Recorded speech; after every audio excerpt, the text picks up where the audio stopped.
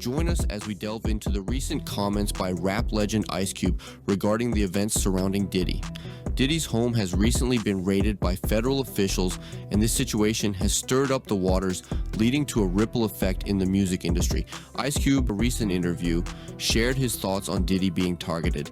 He expressed his belief that someone has the power to trigger this domino effect. Ice Cube's comments have brought this controversy to the forefront of the rap scene.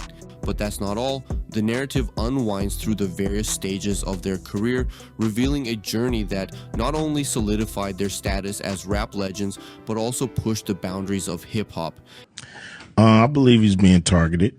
You believe he's being targeted? Yeah. I believe, somebody, has the power to pull the trigger to make, The music industry buzzes with anticipation as fans eagerly await the outcome of this controversy.